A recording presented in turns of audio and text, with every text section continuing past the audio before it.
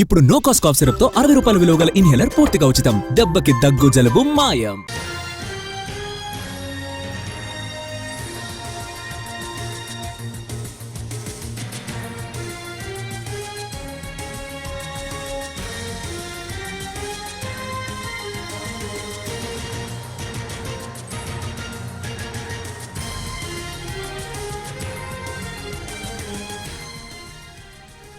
తెలంగాణలో సంచలనం రేపిన phone tapping case మరొక టర్న్ తీసుకుంది. సిట్ విచారణ పేరుతో తనను వేధిస్తున్నారని ఆరోపిస్తూ ఎస్ఐబి మాజీ చీఫ్ ప్రభాకర్ రావు సుప్రీంకోర్టులో పిటిషన్ దాఖలు చేశారు.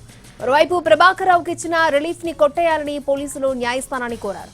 ఈ వ్యవహారంపై విచారణ జరిపిన సుప్రీంకోర్టు ఆగస్టు 4కి తదుపరి విచారణను వాయిదా వేసింది.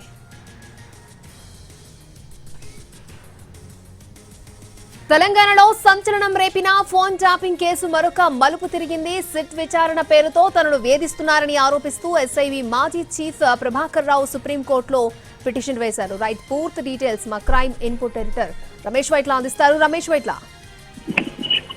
ఏదైతే తెలంగాణలో సంచలనం రేకెత్తిన ఫోన్ ట్యాపింగ్ కేసులో మరొక టెస్ట్ వెలుగులోకి వచ్చింది. దీంట్లో తమను పదే పదే విచారణ పేరుతోటి సిట్ అధికారులు పిలిచి విచారిస్తున్నారు, ఇబ్బందులు గురి చేస్తున్నారు, శ్రేణులు పెడుతున్నారు అంటూ ఒక పిటిషన్ ను అటు దాఖలు చేయడం జరిగింది. దీంట్లో కొన్ని విషయాలు కూడా దీంట్లో చెప్పడం జరిగింది. దీంట్లో ముఖ్యంగా చూస్తే సిట్టు పదే పదే తమను విచారణ పేరుతో పిలుస్తున్నది, విచారణ పేరుతో ఇబ్బంది పెడుతుంది, తరచు పోలీస్ స్టేషన్ రమ్మని చెప్తున్నారు, పోలీస్ స్టేషన్ లో ఎలాంటి ఏర్పాట్లు లేవు, అంతేకాదు తనకు ఇచ్చిన రిలీఫ్ ను కొట్టివేయాలని చెప్పి కోరుతున్నారు. కాబట్టి ఇప్పటికీ చాలా సార్లు కూడా సిట్టుకు విచారణకు హాజరయ్యాను, వాళ్ళు అడిగిన సమాధానం చెప్పాను, అయినప్పుడు కూడా తనను సిట్ అధికారులు పిలిచి విచారించి గంటల తరబడి తనను హింసిస్తున్నారని చెప్పి కూడా ప్రభాకర్ రావు సుప్రీంకోర్టులో ఒక పిటిషన్ దాఖలు చేసింది. అయితే ఇప్పటికే అటు తనకి ఇచ్చిన రిలీఫ్ ని పూర్తిగా క్యాన్సిల్ చేయాలని చెప్పి కూడా సిట్ అధికారులు ఇప్పటికే సుప్రీంకోర్టు ఆశ్రయించడం జరిగింది.